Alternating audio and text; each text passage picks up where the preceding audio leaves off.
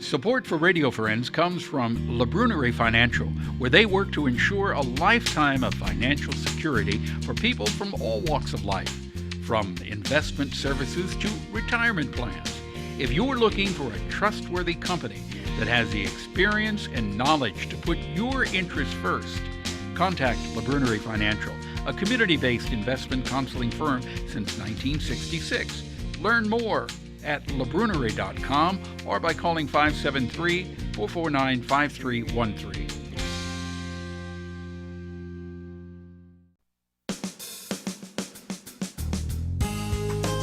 Good morning and welcome to Radio Friends on Monday, November the 20th. Good to have you with us today. We're going to start off, first of all, with Hannah Reeves from Braudis Gallery. Good to have you here, Hi, Hannah. thanks for having me And back. thank you for taking time out. This is a very busy time of year for you, right? Yeah, this is the busiest time of year. We are gearing up for the Masters exhibit. It's our biggest annual project. Okay. What is the Masters exhibit? Every December, this is the 4th annual Masters exhibit, and every December we host 40 to 50 masterpieces from the 20th century. We fill the gallery with these pieces that are historically significant works by famous artists, you know, whose names you know or should know or will learn while we educate. How do you decide which masterpieces you're going to feature? That is a long process. We've been working on it since July, and in some forms since a year ago even. But this is really exciting this year. Part of the deciding factor was that we knew that we wanted to do an all-women Masters exhibit. Is this a first? Yes, so this is a first, and it's really timely. There are museums all over the world doing women of surrealism, women of abstraction, and bringing to light works that were kind of overlooked, not kind of, they were just not in the history textbooks because they were women. Yeah. So it's time. Yes, it's time, and it's timely for us. Time. And I'm glad you're doing that. Yeah, so we're really excited, and that helped to narrow it down, at least in one way. Is it difficult to narrow it down to the work that you finally end up picking? It really is. We want for the entire gallery to feel cohesive, and we want all of the, just like with any of the contemporary art exhibits that we do, we want people to walk in and see kind of a composition to the whole room and see how things relate to each other. But we also want every piece to belong individually, and we do research and writing about every artist and about every painting. So that's part of why this is a busy time and a big project. And you're opening when? The exhibit opens to the public on December 1st, on First Friday. Okay. So, you know, we do every First Friday. We have an opening reception from 6 to 9 p.m. So this is our biggest of the year, and everybody needs to come out to First Friday any month, but this will be our biggest. It's a huge celebration. And then how long will this exhibit be up? It's just up for a month, so through December 30th. Work? You're doing all this work, and it's only going to be there for That's why I'm here. I need people to know about it, and I need them to come down and see it after all the work that went in. Okay. Yeah.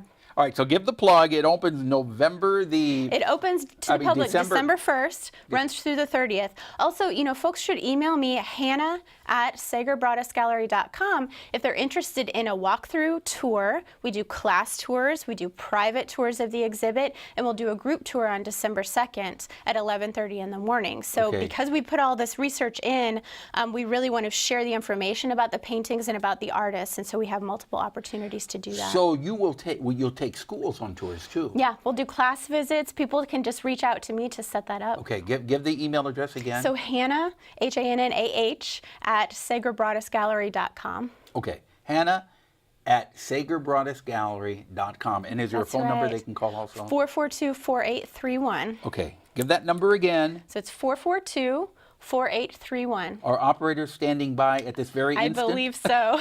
Okay, Hannah, thank you so much. Yeah, and thank you. Best of luck. Thank I know you you so put much. so much work into it, and it is your heart and soul. It will be amazing. I hope everyone comes to see it. Thank you so much, Hannah Reeves. Thank you. Braudis Gallery.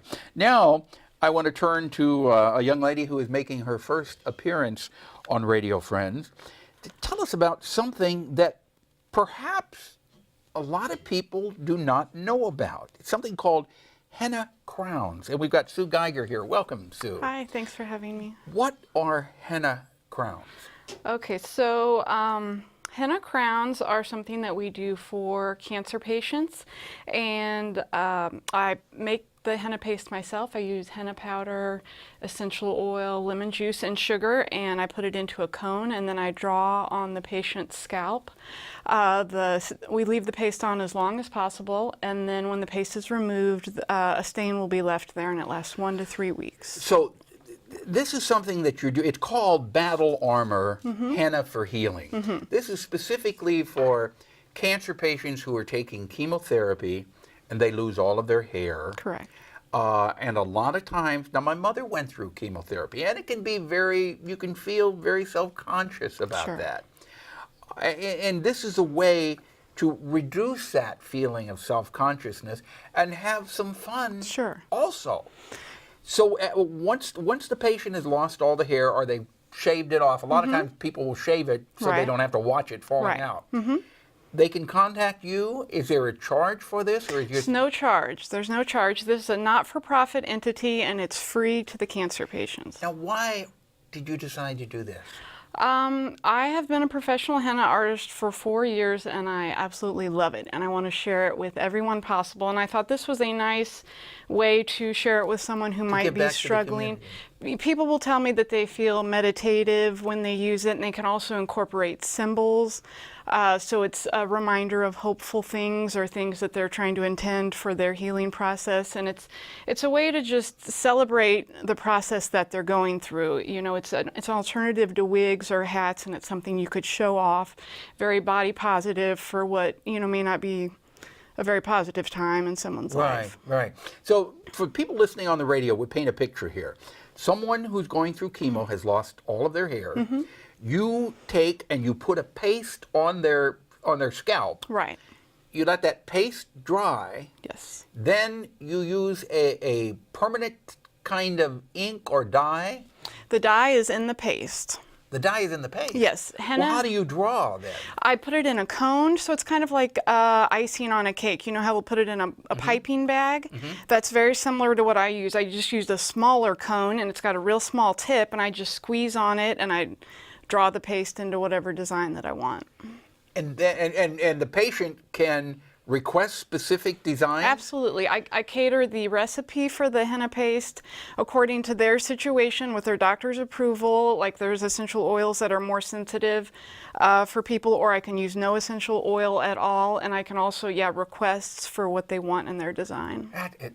That is really very, very special of you to do that. Thank you. If people want more information about this, how can they get in touch with you? So you can find me on Facebook at Henna Battle Armor.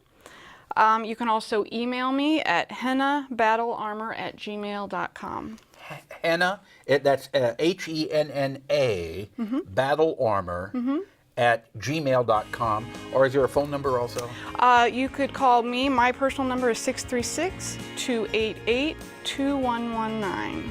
It's 636-288-2119. 2119. That's the area code is 636. Correct. Sue, thank you so much for coming Thank you by. for having It's me. really very special what you're doing. Continued success. Thank you so all right? much. We're out of time for today. Tomorrow, the Boys and Girls Clubs of Columbia and Stevens College.